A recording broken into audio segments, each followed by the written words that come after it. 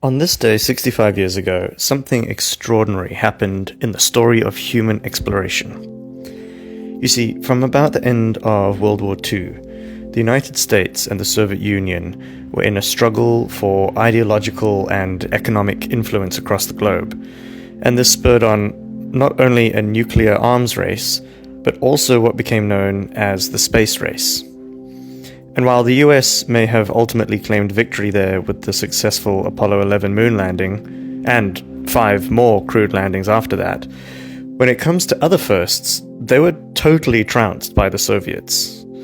They put the first artificial satellite into orbit with Sputnik in 1957. The Soviets were also the first to send probes to the moon and achieve the first soft landing there, and they took the first images of the far side of the moon. They were the first to successfully send animals to space. 2 dogs went into orbit, Belka and Strelka, in 1960, but on the 12th of April 1961, they achieved something monumental. Cosmonaut Yuri Gagarin became the first person to leave the planet and become the first human in space. As of this week, only a further 780 people have followed suit. In 65 years! That's because sending humans to space is really hard, as those of you who have been following the Artemis 2 mission this week will have learnt.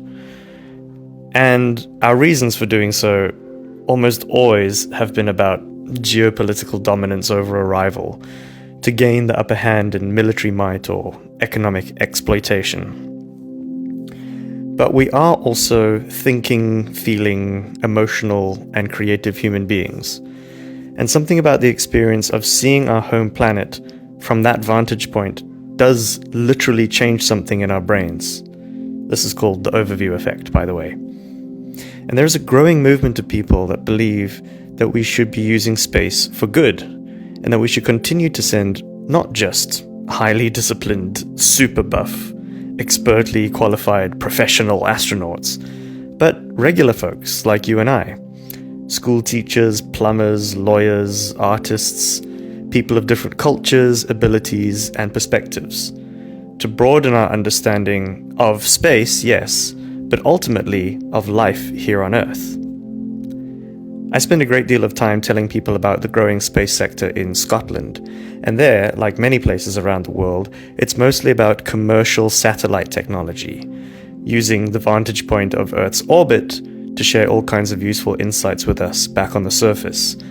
And this is where most of the action is these days. It's already a vital part of modern society, and I think what's coming next will be very interesting.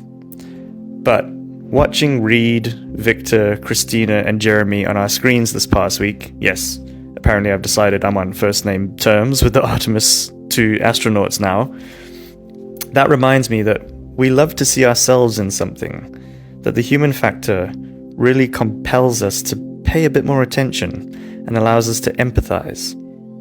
Sure, we've had a bunch of amazing moon photos sent back to us over the years from various probes, but knowing that the ones we saw this week were taken by a person holding a Nikon D5 in their hands and looking through human eyes at the scene in front of them, it just seems to make it more special. So we will continue to do the hard thing and keep pushing further into space.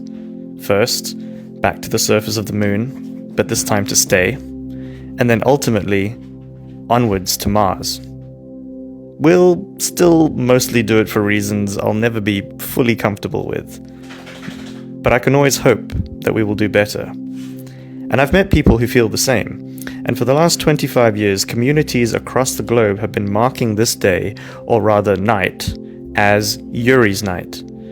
It's a series of parties that take place in dozens of locations, and which aim to commemorate human space exploration and also raise the public's interest in the topic. Go see if there's one happening in your city, and if there isn't, host one. Or if you can't, then I hope you get to spend some time looking up at the stars, or reading a good sci-fi book, or watching a cool space docu or something. So, yeah, today isn't really about Yuri Gagarin specifically as a person, or knocking the Americans down a peg or two by reminding them that they were beaten to space by the Ruskies. And yeah, like I say, the bulk of space stuff happening today is not really the crewed missions, but more satellites, probes, and rovers and so on. But today does mark a profound change in the history of our species, when we first became a spacefaring species, able to break the shackles of the gravity we spent millions of years evolving under, and see our home planet with human eyes. Happy Yuri's Night.